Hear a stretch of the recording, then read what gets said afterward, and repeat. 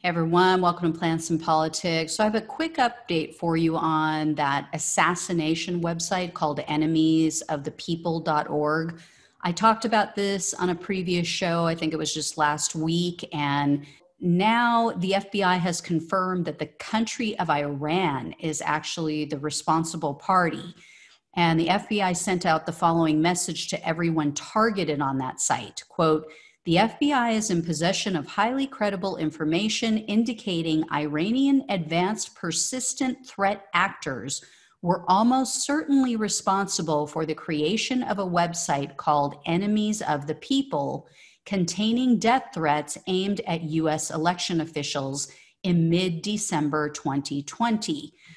So if you're unfamiliar with the story, the website, which changed periodically, showed images of up to 21 various politicians, election officials, and employees of election-related companies, all in crosshairs. And along with the images, all of their personal information was displayed, including their home addresses and contact information.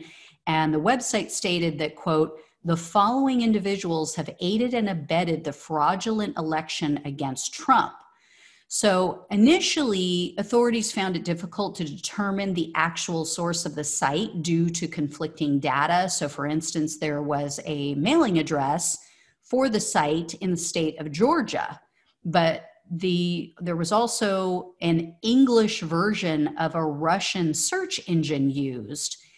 And so these things just didn't align, as well as various other abnormalities. However, the FBI now feels confident in their determination, and they believe that Iran's goal was to further divide Americans, create chaos, finger pointing, and so forth. And that's the thing that we as Americans need to start recognizing, because these countries aren't necessarily rooting for any particular leader. They know that when it comes to the establishment, they're all the same. And where establishment, corporate-owned politicians differ has little to do with foreign policy. It makes no difference to the governments in other countries. They don't care about what bathroom a transgender man or woman uses. They don't care if gay people can get married or not. They don't give a damn if we say Merry Christmas or Happy Holidays. All of this identity politics and culture war nonsense is of no concern to them. It doesn't affect them. They don't care. What they care about is, are you going to allow us to build nukes? Are you going to continue your never-ending regime change, oil-grabbing wars to keep your defense industry donors happy? Unfortunately, those types of things are what establishment Republicans and establishment Democrats do agree on. And yes, Trump has become a full-fledged card-carrying member of the establishment. So from Iran's perspective and that of many others, there's little difference between Trump and Biden. So their goal isn't necessarily to swing the election to one candidate or another. It's to keep us at each other's throats so we don't have time to pay attention to what's going on in the rest of the world. And also so we'll just destroy our own country and we'll destroy its standing in the world. So for taking part in that aspect, I truly apologize to all of you for misreporting that the other day. That's one of the reasons I wanted to bring you this update as soon as possible. When I'm wrong, I'm going to tell you I'm wrong. When facts tell a different story, I will let you know. If I hear about it and I can verify it from a reliable source, I will tell you. I seek to always bring you the truth on this show, regardless of who's to blame, who's at fault, who did the right thing, who did the wrong thing. I don't care whether they have a D or an R behind their name, whether it's a politician I like, which there are very few, or whether it's someone I loathe. I'm going to tell you the truth as I see it or as the facts dictate, because I want to earn your trust, and I can't earn your trust if I'm always only viewing things through a narrow and partisan lens. So some days you're not going to like what I have to say.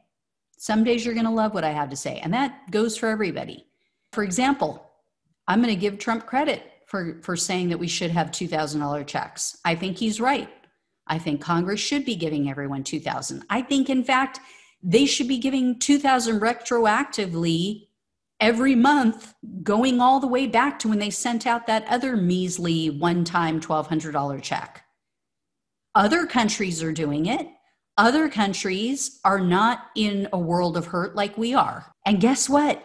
There's nobody protesting shutdowns.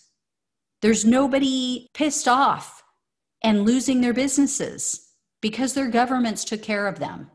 Now, Trump is saying it for a completely different reason than I am. I don't have anything to win or lose. Whereas he's trying to get people to back him in his attempted coup. So I'll give him credit for saying it, but not for his reasons behind doing so. And if he really meant it and he gave a damn, he would have been working with members of Congress and using his bully pulpit to pressure them for over a month now.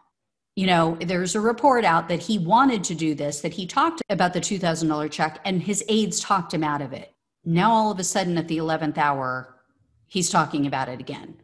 You know, but instead he's been spending all of his time with kooks like Mike Flynn, Sidney Powell, trying to steal the election. Like I said, I'm going to tell you the truth as I see it, the good, the bad, and the vomitous,